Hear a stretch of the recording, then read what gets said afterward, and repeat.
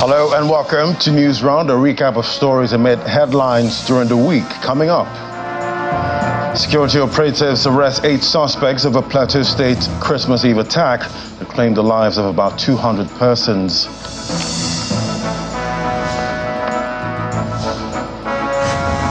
And following suspension of accreditation and evaluation of degree certificates from Benin Republic and Togo, the federal government extends sanctions to more countries like Uganda, Kenya, and Niger Republic. President Bola Tinubus addresses Nigerians in New Year broadcast, assures Nigerians of a brighter 2024.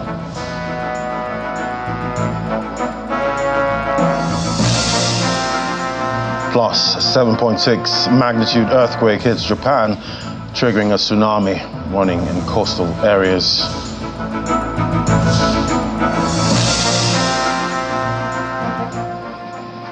And we'll begin News Round with an update on the Plateau State Christmas Eve attack that claimed the lives of about 200 persons. 8 suspected persons in police custody in connection with the onslaught. The police spokesperson in the state, ASP Alfred Alabo, has been explaining how the suspects were arrested in various locations. Already, some relief materials have been donated by the Catholic Commission to help support displaced persons as a result of the attacks.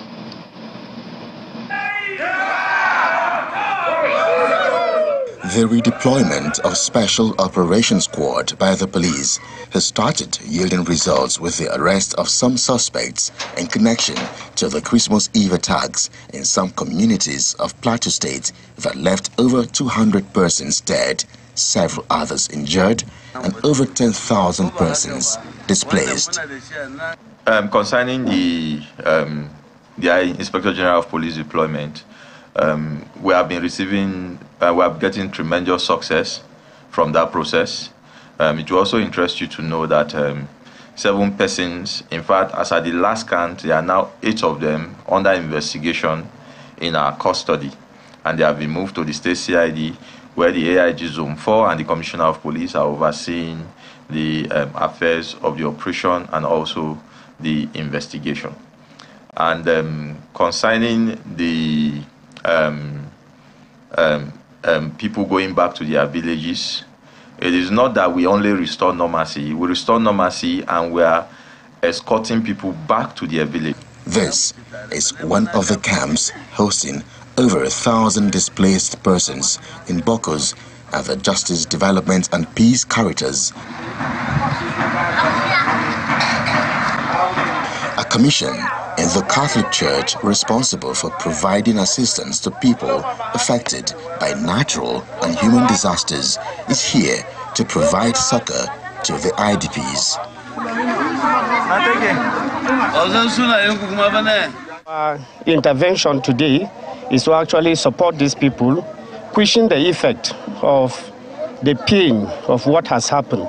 Now, the materials that we are giving today, we are given rice, we are given beans, we are given maize, we are given gari and sugar, so that it can be able to help them settle down while in this IDP camp.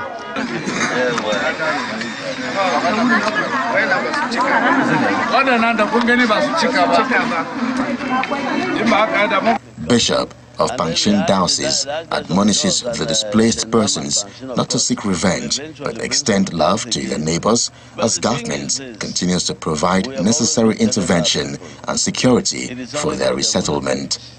We have always been telling our people, it is only God that will revenge. We don't go out to revenge, we forgive.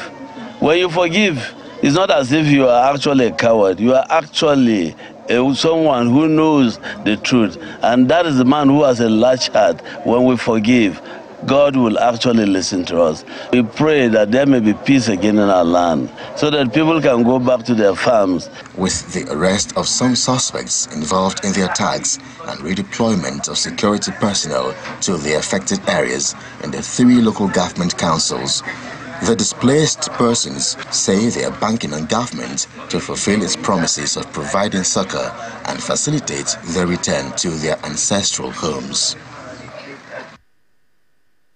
And staying in Plateau State, governors under the aegis of the North Central Governors Forum say the attacks could not have been a result of farmer herd crisis. They blame the incident on what they describe as sheer act of criminality, which must be treated as such. The chairman of the forum and governor of Nasarawa State, Mr. Abdullahi Sule, stated this when he led two of his counterparts, Reverend Father Hyacinth Ali of Benue and Umaru Bago of Niger, on the condolence visit to Plateau State, where they donated 100 million naira for the victims of the attacks. Governors from Nigeria's North Central region are the latest to visit Plateau after the Christmas Eve attack on some communities.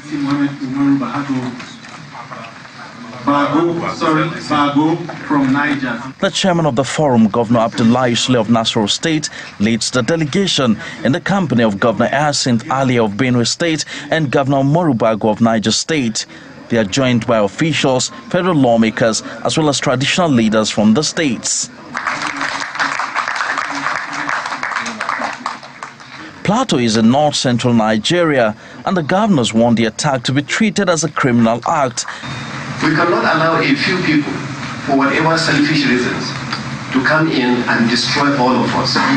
Because at the end of the day, those who are suffering have nothing to do with this minority. It's innocent people that are being slaughtered, are being killed by criminals. Because that's the word to use for anybody who will just come. It's not about Fulani. It's not about herders. This is about criminals.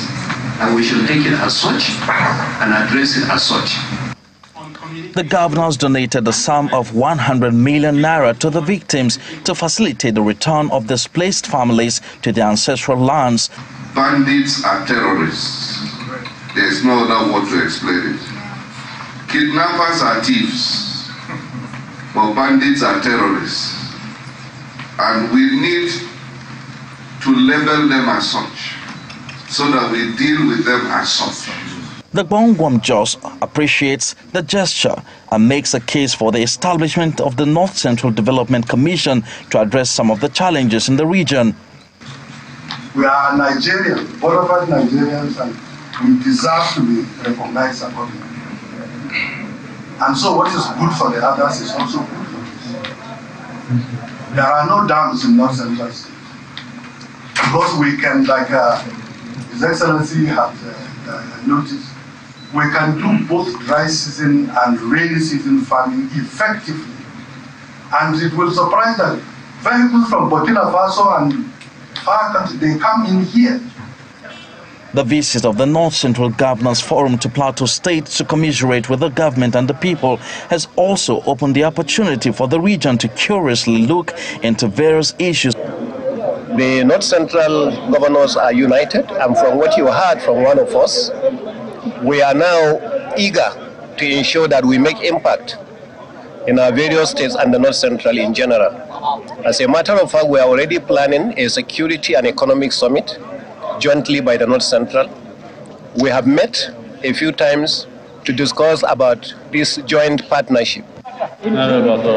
The governors are insisting that those behind the act must account for their actions and brought to face justice. Meanwhile, motorists plying the Buhari access of the Abuja-Kaduna highway were blocked as hundreds of protesters blocked the road to protest the spate of kidnappings in the communities. The protesters marched from their settlements on the border between the Federal Capital Territory and Kaduna. They say their communities have been under siege of kidnappers since November last year. For over 2 hours, motorists flying the Abuja-Kaduna Expressway were stranded as protesters blocked the Buhari access of the highway to protest the rate of abductions in their communities.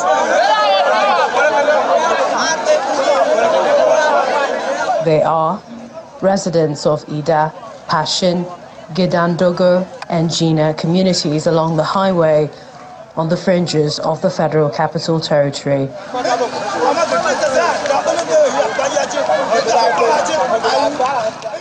Last year, December, my brothers, my cousin here in this village called Godna, were kidnapped.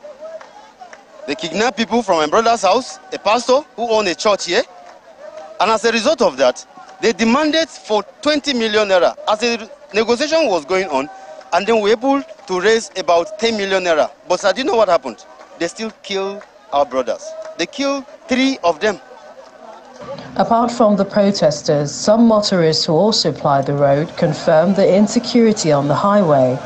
As you can see the road, most people that are supposed to ply the road, they are not plying the road because people are afraid because of fear of being kidnapped. So we take risks to ply this road.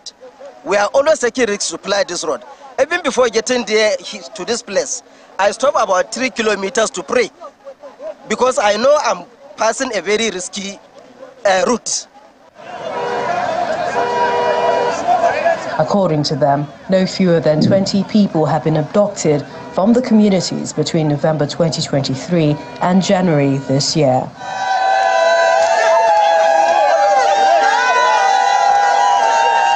The latest kidnap of 7 people from Jina communities in the early hours of Friday sparked this protest as they call for the intervention of President Tinubus. We can no longer sleep. Just this morning, they have kidnapped 7 people from, what's the name of this community? Jina community. And this is just one of it. Within the last 2 weeks, we can talk about 20-something people that have been kidnapped, unchallenged, without any, even the repel attack, they cannot do. We want to say we are beginning to lose confidence in the Nigerian security because we have been pushed to the wall. Rural communities on the border between the nation's capital and states like Niger, Kaduna, Kogi and Nasarawa states have reported rising insecurity, and the residents want the security agencies to go after the kidnappers and other criminals that have made life unbearable for them.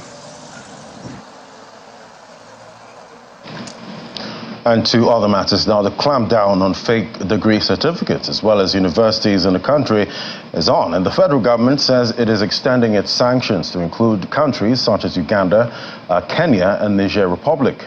This comes after it suspended accreditation and evaluation of degree certificates from Benin Republic and Togo following a report by an undercover journalist who detailed how he acquired a degree from a university in Benin Republic in a matter of months and later deployed for the National Youth Service Corps. The Minister of Education, Professor Tayo Maman, who was speaking in our political program, Politics Today, notes that his ministry has set up an investigative panel to look into the matter and make the findings of the committee public. Well, the starting point is that the committee is going to review the operations of the various ministries and agencies responsible for recognition and accreditation of degrees from outside the country. And we are already working on being vigilant on the internal mechanisms for those who try to sneak into the country. But for those who go offshore, for those ones, we want to strengthen the system such that nobody can bypass or come in whatsoever with such qualifications and get any recognition whatsoever. We are not going to stop at those 2 countries alone because from the report that we have already, it extends to many countries, Western Africa, Central Africa, and all that. Of course, we are not going on a voyage of discovery, but we'll do everything possible to ensure we get necessary information. If along the line we are able to trace that there are people already in the system, for instance, if a particular institution or operator has been operating, say, in the last 10 years, we'll check to see if we can get records of Nigerians who attended that institutions. And then once we do that, they are criminals. And there's no time frame to criminality. So we'll trace them. As long as we're able to lay our hands on their institutions and they are right here with us. Certainly, the security agency will go after them because they are criminals. And still to come in News Round, powerful earthquake hits Japan, triggering tsunami warnings in coastal area. Do stay with us. Details after the break.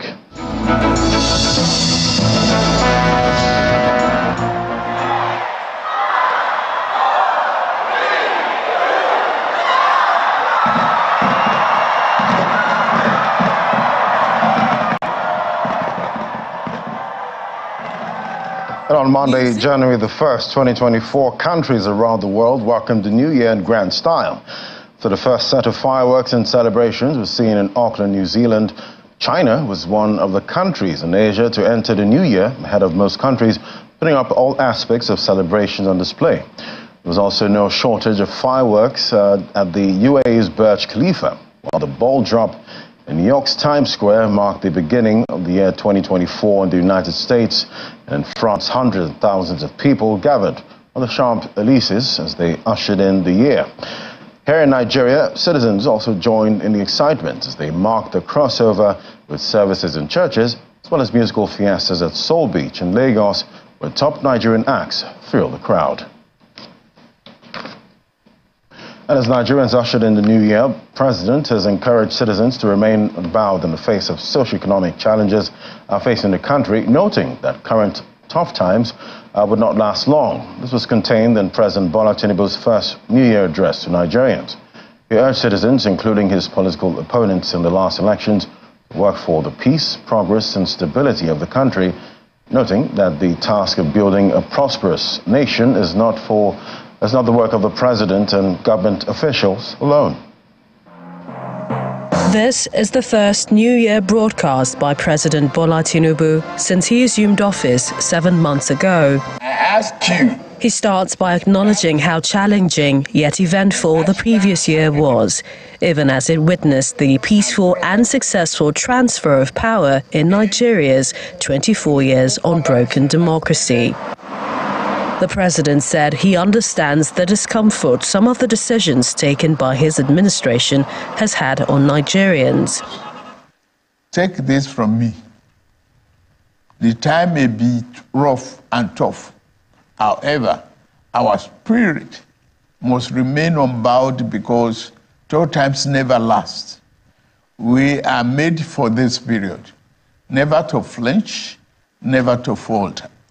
The socio-economic challenges of today should energize and rekindle our love and faith in the promise of Nigeria. He outlined some of the steps being taken to address security, the provision of electricity, and ensure food security. In this new year, we will race against time to ensure all the fiscal and tax policies reforms we need to put in place are codified and simplified to ensure the business environment does not destroy value. On every foreign trip I have embarked on, my message to investors and other business people has been the same. Nigeria is ready and open for business. The president said the 2024 budget reflects government's focus on issues such as poverty reduction, social security and human capital development.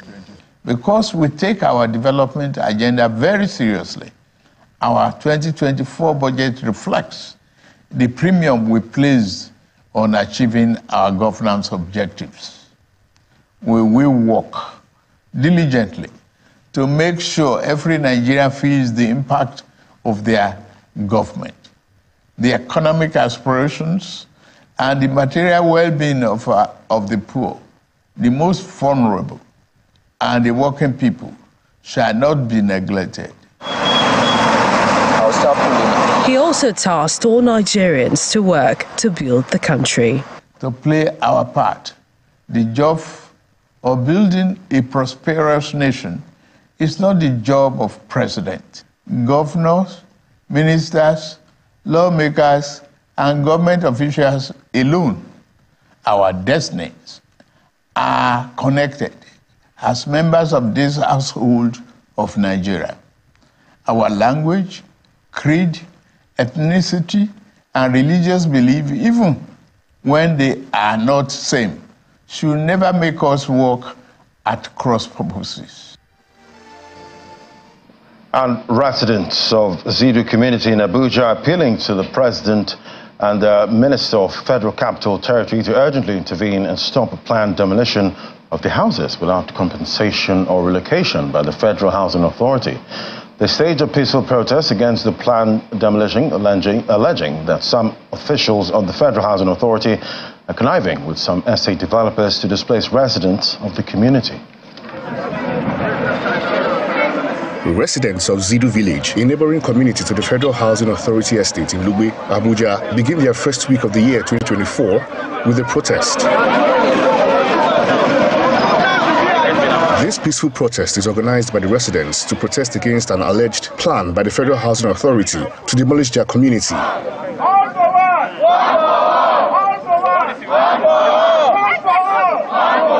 The inscriptions on the placards say it all. The protesters are seeking the intervention of President Bola to intervene and stop the planned demolition. Our gathering here today is to cry out to the world, and especially to our Mr. President, His Excellency Senator Bola Tinubus, of FHA plans to demolish our homes in the above-mentioned village or villages without following the initial promise of compensation, integration, or relocation. The Federal Housing Authority decision to displace thousands of people and to demolish over 1,500 habited houses without adequate resettlement or compensation is a gross violation of human rights and must be stopped immediately. According to the protesters, over 1,000 houses in the community have already been marked for demolition. Talking about the demolition that will take place soon, they told us initially that they will compensate us, but instead they are now saying that there won't be any form of compensation again. They say that they will come with their bulldozers and demolish every structure here. Please help us. If they demolish our buildings, where should we go to with our families? However, the Director of Press and Public Relations at the Federal Housing Authority, Kenneth Chigelu, told Channels Television via telephone conversation that the Housing Authority only intends to demolish houses that have encroached on their land. Mr. Kenneth maintains that the Federal Housing Authority does not plan to demolish the entire village. There are several marked houses for demolition here, but whether or not the whole community will fall for the bulldozer, the next few weeks will tell, as residents say they have been given 2 weeks ultimatum without compensation of any sort. To end news round, a powerful 7.6 magnitude earthquake has hit Japan, causing homes to collapse, ripped roads and triggered tsunami warnings for coastal areas. Dozens of smaller earthquakes have struck central Japan since Monday afternoon. The quake is a reminder of the national disaster that hit Japan in 2011, killing thousands of people. The massive earthquake caused a massive fire in Wajima County in Ishikawa Prefecture. It is believed to have started from a resident's house in the city's central area. Blazing flames and smoke could be seen from a video aired on the state broadcaster.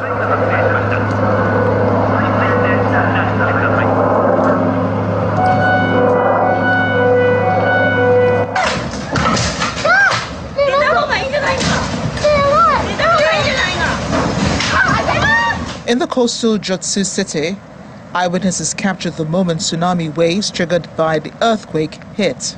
A tsunami around 1 meter high struck parts of the west coast along the Sea of Japan, with larger waves expected. Wow. Another eyewitness captured the moment the earthquake jolted snow from buildings in Nagano.